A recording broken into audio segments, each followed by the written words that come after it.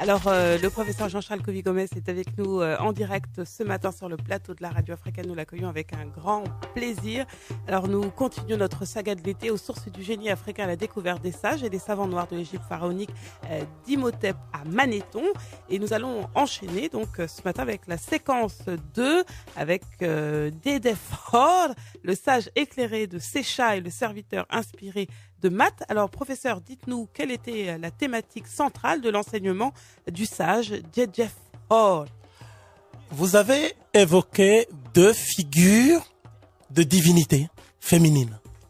D'abord, Séchat. C'est qui Séchat? Séchat, c'est la patronne des scribes. C'est-à-dire que, pour les anciens Égyptiens responsables de la civilisation pharaonique, le métier de scribe était le métier le plus prisé. Donc, la tradition intellectuelle et savante passait nécessairement par l'écriture hiéroglyphique. Et c'est elle qui a initié Djerouti. Djerouti, c'est Thoth. Le dieu d'Héliopolis a été initié par une femme qui était sa mère dans le domaine des Médounétaires. Les Médounétaires, ça veut dire les paroles du dieu et non pas les paroles divines, comme on dit souvent. Et ce sont les hiéroglyphes qu'on appelait comme ça. C'est quoi les hiéroglyphes? Les hiéroglyphes, c'est la concentration dans un système d'écriture de tous les signes de l'univers qui vont former l'univers des signes. C'est-à-dire, c'est une sémiologie totale faite sous la forme d'une écriture. Donc, c'est même pas seulement une écriture, c'est l'écriture sacrée de toutes les écritures. Donc, il était maître de cette science-là. Mais il était également dévoué à Maat. C'est qui Maat? C'est notre maman Maïté. Et cette maman-là, c'est celle qui incarne l'harmonie de toutes les créatures de l'univers autour d'une loi transcendante et cosmique. Et cette loi, elle est véhiculée, elle est articulée autour de 4 facteurs. Le premier, c'est la vérité. Le deuxième, c'est la justice. Le troisième, c'est la droiture. Le quatrième, c'est la dignité. Donc, tant qu'une femme incarne ces vertus que nous appelons la maths, eh bien, on comprend que le savoir lui-même est au service de la justice, de la vérité. Dans une civilisation comme ça, on ne peut pas envoyer des bombes pour tuer 80 000 personnes comme on a fait à Hiroshima et Nagasaki. Parce que le but de la science, c'est pas de tuer. Le but de la science, c'est de reproduire la vie et d'améliorer l'existence de l'espèce humaine sous l'horizon du Dieu créateur. S'il en est donc ainsi, l'enseignement de Dédéphore a une finalité et une seule. Oui. C'est étudier comment l'homme va acquérir, au terme de son parcours terrestre, les voies vers l'immortalité. Comment son âme va s'échapper de son corps. Mais au lieu de présenter une dualité entre l'âme et le corps, Dédéphore va structurer ce qu'on appelle le composé humain en plusieurs entités ontologiques que je vais énumérer. Il y en a 9. Je vais les énumérer brièvement, je vais les définir. Le premier, c'est le kat, c'est-à-dire le corps putrescible et corruptible. Le deuxième, c'est le saou, l'enveloppe astrale du corps. Le troisième, c'est le kraïbit, l'ombre du défunt qui sort du tombeau et qui l'accompagne quand il est vivant sous le soleil. Le quatrième, c'est le ba, la force vitale qui protège la momie, l'âme volatile qui est en mouvement. La quatrième, c'est le ka, la cinquième, c'est le ka, la force vitale transcendante qui nous élève vers le divin. La sixième, c'est Akou, l'esprit lumineux et impérissable du défunt. Ensuite, c'est Ib, la conscience intime, le siège des affections, la pensée intime. Ensuite, c'est le Sekem, la puissance et la force à la fois destructrice et régénératrice, l'instinct de mort. Le Ren, l'instinct de survie face à la mort, Et le Ren, c'est le nom comme parole cachée qui révèle l'essence de la nature de l'être. Ça veut dire que ces 9 éléments se mettent en une sorte de symbiose, n'est-ce pas, ontologique et métaphysique, Et au terme de cette symbiose, il y a les 3 éléments que je cite. Le Ka, le Ba et le Ak, qui entraînent tout le reste, y compris le corps physique imputrescible, qui va être momifié sous la direction d'Anubis ou Aoutpou, c'est-à-dire celui qui ouvre le chemin de l'au-delà. Et cette concentration autour des 3 forces, le Ka, le Ak et le Ba, va ouvrir à l'âme le chemin de l'immortalité et de la félicité.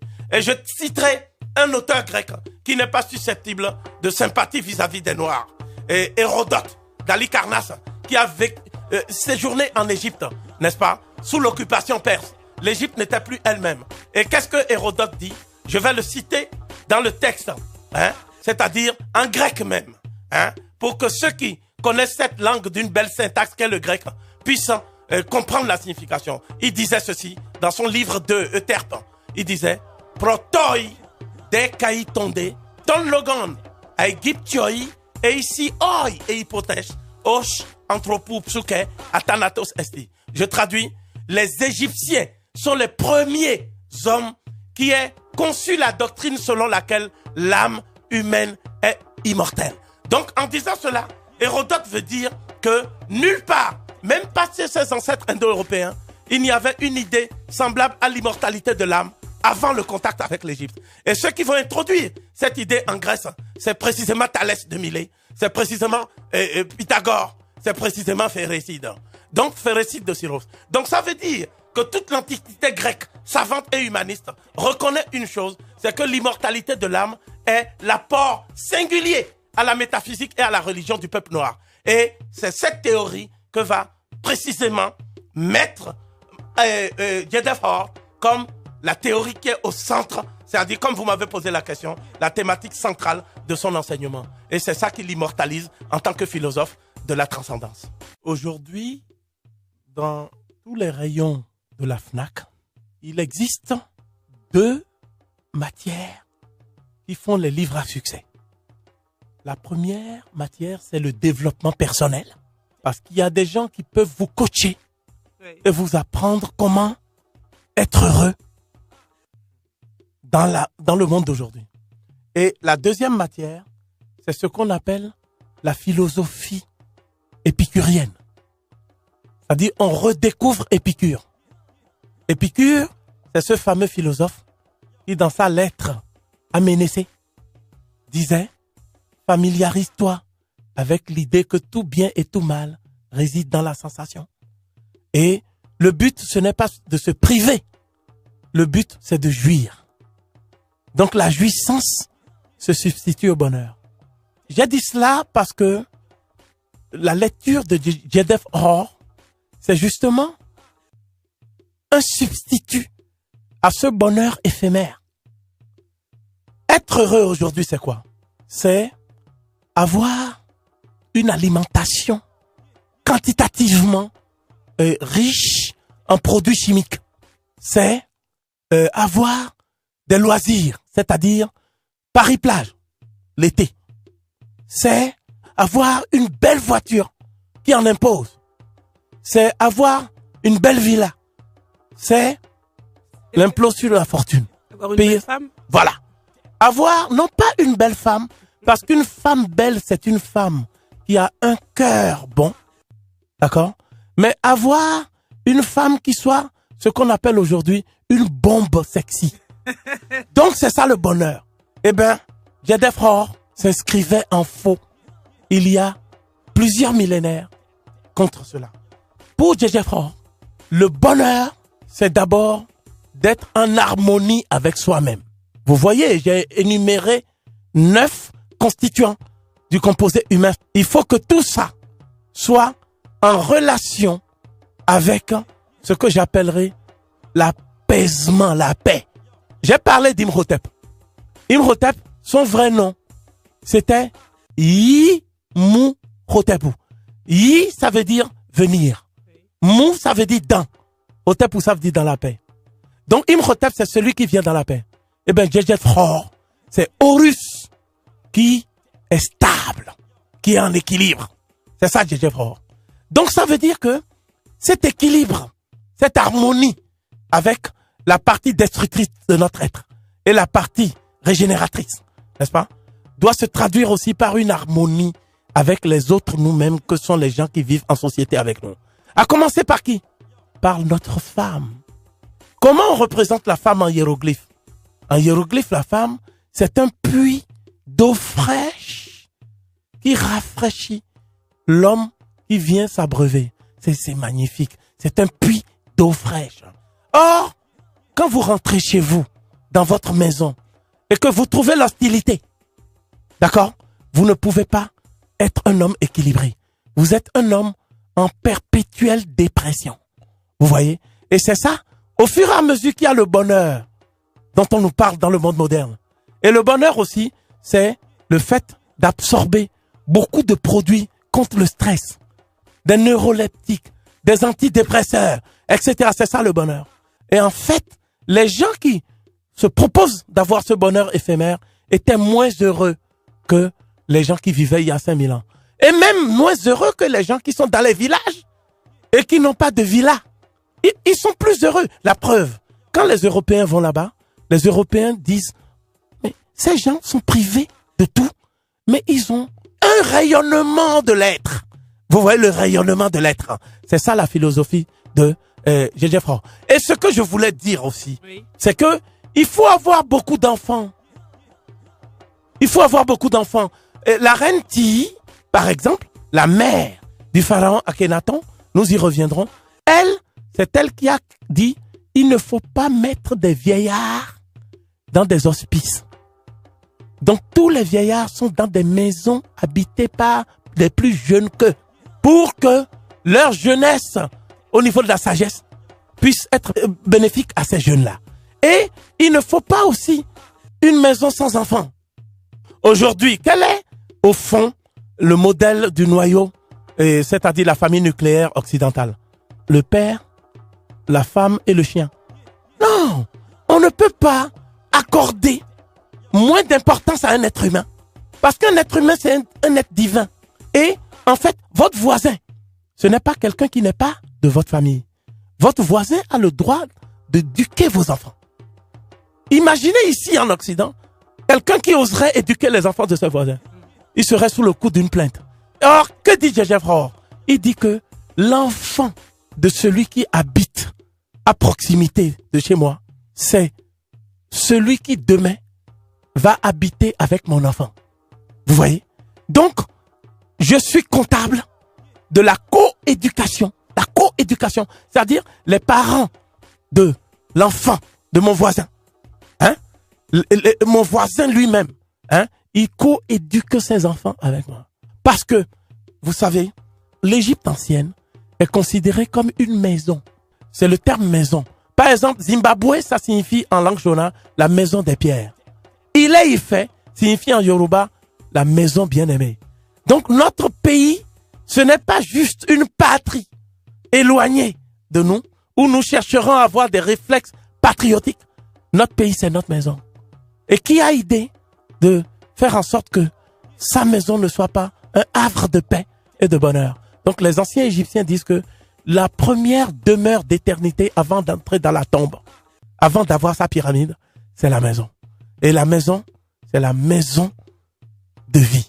C'est la maison dans laquelle tu apprends le savoir-vivre, le savoir-être, le savoir-faire à ta progéniture. Et ta progéniture, elle est appelée demain à accomplir plus que toi. Voilà pourquoi les anciens Égyptiens s'appelaient eux-mêmes les Remetou, c'est-à-dire les hommes par excellence. Les hommes par excellence ne sont pas des hommes parfaits, mais ce sont des hommes perfectibles. Et c'est la recherche de cette perfectibilité dans la sagesse et dans le cheminement de la déesse Maat qui constitue la substance, pour ainsi dire, de l'enseignement du sage J.J. Faure. Le sage J.J. Faure destinait-il son message divin aux seuls membres de la cour royale du pharaon ou à tous les Égyptiens, quel que soit leur statut social, économique ou juridique? Dites-nous. Le sage J.J. Faure a hérité d'une société élitiste. Comme je vous le disais précédemment, il y a ce qu'on appelle l'équilibre de deux institutions.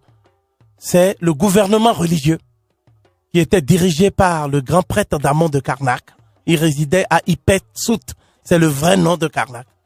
Et il y a le gouvernement civil qui lui était dirigé par le Tchati, c'est-à-dire celui qu'on appelle le vizir, donc le premier ministre. Or, on s'est rendu compte que tout se passait en fait dans les temples. Il y avait tout le temps des fêtes, la fête des moissons, la fête de telles divinités comme le dieu Min, le dieu Itifalik Min. Il y avait la plus grande des fêtes, c'est la fête d'Amon d'Opet, d'accord? La sortie de la statue d'Amon, d'accord? Et toutes ces fêtes étaient des moyens pour le clergé pharaonique d'accaparer, pour ainsi dire, la rente, hein? Parce que les fêtes, tout le monde ramenait des 42 noms, des richesses, hein, qu'on devait partager avec le peuple. Et ces richesses n'étaient pas partagées, mais étaient concentrées dans les différents temples. Et il y a une réaction qui a été amorcée, dont nous parlerons plus en détail avec Ipouour. Cette réaction, ça a été une révolution sociale et paysanne. C'est-à-dire, les paysans ont dit, mais c'est nous qui produisons la richesse de l'Égypte ancienne. C'est nous qui cultivons la terre. Mais une fois les récoltes faites, nous sommes les derniers à être servis. Donc, nous demandons 3 choses. La première chose, c'est la répartition équitable des richesses que nous produisons. La deuxième chose, c'est l'accession à l'immortalité. Donc, il nous faut des tombes aussi riches que les tombes des nobles, n'est-ce pas? Et la dernière chose, nous aspirons aussi à avoir des tombeaux dignes de ce nom, des demeures d'éternité. Et que on puisse léguer à nos enfants un patrimoine, une rente. Voilà. Parce que nous vieillissons à 70 ans, 80, et nous sommes comme des êtres qui ont 90 ans. Et nous le faisons pour le pays. Donc, il y a eu une révolution terrible qui a failli emporter la monarchie égyptienne. Et ce que je veux dire ici, c'est que Djedjed Faure fait partie des sages qui ont tiré les conséquences de cette révolution osirienne. C'est-à-dire, il a dit, la cour n'a qu'un seul privilège, c'est l'initiation. Mais l'initiation, il faut pas la réserver à une caste d'Égyptiens. Il faut diffuser le savoir dans le peuple. Et l'histoire lui a donné raison. Parce que pourquoi l'Égypte ancienne a régressé après 4000 ans d'histoire? C'est parce que lorsque les conquérants perses sont arrivés, on a vu que ils ont eu un réflexe, c'est prendre toute l'élite et la déporter. Donc on a déporté les architectes et les prêtres à Persépolis et le pays a été décapité, a été privé de direction. Et le peuple était désorienté parce que le peuple n'avait plus les initiés pour le conduire.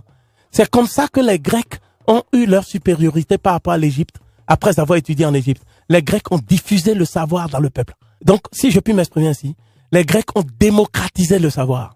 Les Thalès, les Pythagore, Eudoxe et tous les autres, ils faisaient des conférences partout pour faire connaître au peuple la législation que Solon a hérité des prêtres égyptiens, pour faire connaître l'économie, pour faire connaître le droit, la philosophie, etc. C'est ça qui a manqué à l'Égypte. L'Égypte était une civilisation extrêmement élitiste qui n'a pas tiré les leçons de ce que proposait le grand sage et philosophe Djedjed Faure, à savoir la démocratisation du savoir. Puisse l'Afrique actuelle s'imprégner de cette leçon de sagesse et démocratiser le savoir auprès de ses paysans, auprès de tous ceux qui sont exclus aujourd'hui du savoir et qui constituent plus de 80% de la population africaine. Alors pour terminer avec ce personnage, peut-on résumer son apport, l'apport du véritable scribe royal Djedjed Faure à la philosophie mondiale, professeur? Djedjed Faure a apporté 3 idées capitales à la philosophie. La première, c'est que la philosophie est la conséquence au niveau de la sagesse, ce qu'on appelle sébaïte. Et c'est ce terme qui a donné sébaïte, avec le déterminatif de l'étoile, qui veut dire sonder le monde et l'éduquer par la sagesse.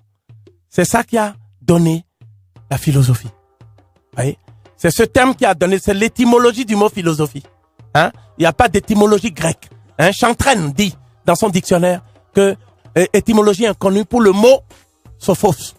Donc, J.J. Faure a montré que ce qui fait un sage, c'est celui qui sait que le monde, toutes les vanités du monde, toutes les illusions et les folies du monde ne remplaceront jamais une belle mort.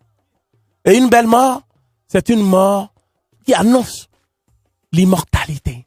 C'est quoi l'immortalité? Ce n'est pas que vous allez physiquement renaître. Ça veut dire tout simplement qu'il y a l'énergie de la création qui coule en vous et cette énergie ne va pas se dissoudre parce que le corps s'est affaissé et le corps a cessé de vivre. Cette énergie va continuer. Et cette énergie, quand elle va continuer, elle va se propager dans l'univers. Même la physique le reconnaît. Elle va se propager dans l'univers. Et l'énergie va continuer à vivre à travers d'autres corps, une autre réalité. C'est ça la vraie immortalité.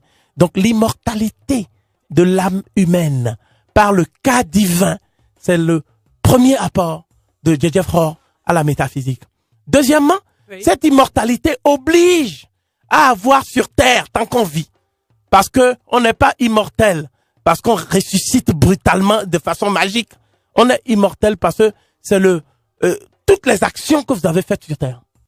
D'accord? Votre comportement vis-à-vis des aveugles, votre comportement vis-à-vis des veuves, votre comportement vis-à-vis des orphelins et tout ça, c'est ce poids-là qui sera jugé dans l'au-delà. Et c'est un tribunal en fait qui vous accueille. Et ce tribunal, il est composé de quelqu'un qui est un greffier, c'est Thoth, Djerouti. Mais il y a aussi Anubis qui règle la balance de la justice. C'est de là que vient la balance de la justice comme symbole universel. Sur un des plateaux de la balance, le plateau gauche, n'est-ce pas, si on regarde de face la scène de la psychostasie, c'est-à-dire la pesée de l'âme, eh bien, il y a votre cœur. On pose votre cœur. Votre cœur. C'est votre cœur qui parle pour vous. Et il y a en face une plume d'autruche qu'on pose également. Si le poids du cœur est aussi léger que la plume d'autruche, à ce moment-là, il y a tout de suite une divinité qui donne le signal aux autres 42 qui sont suspendus en haut. Ceux qui sont suspendus en haut, on les appelle les Mathieu Keriumat, c'est-à-dire ceux qui vivent de la justice et qui sont eux-mêmes des justes. C'est de là que vient le mot les justes. Et ceux-là, ils sont des gens qui appartiennent à la catégorie qu'on appelle les trônes. Parce que c'est nous qui avons créé ce qu'on appelle les archanges. Oui. C'est des personnages égyptiens qui vivent dans le ciel. Les anges, les chérubins, les trônes, les principautés. Et ils sont assis sur leur trône. Et ce sont eux qui disent que vous êtes justifiés. C'est-à-dire, Makeru. Une fois qu'on dit que vous êtes justifiés, votre cœur se transforme en un être divin. Et vous êtes accompagné de votre femme. Donc, on se fait juger toujours par sa femme. Donc, l'idée que les anciens Égyptiens étaient polygames est fausse parce que la polygamie, c'est seulement le pharaon qui devait être polygame. Les gens du peuple étaient strictement monogames, n'est-ce pas? Et donc, on allait avec sa femme. Et le scribe Annie, par exemple, il était accompagné, il était vêtu en blanc parce que le blanc, à l'époque, c'était la couleur du deuil. Et sa femme, c'est-à-dire sa sœur de cœur, c'est comme ça qu'on l'appelle. Une femme, c'est une sœur de cœur. Et un mari, c'est le frère de cœur. Et sa femme, qu'est-ce qu'elle fait? Elle l'accompagne. Et ils sont jugés tous les deux.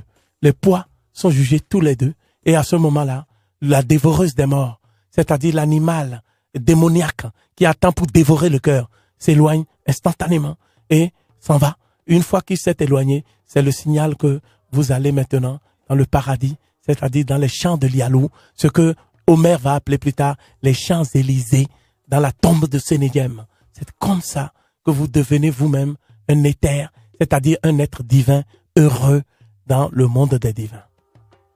Merci beaucoup.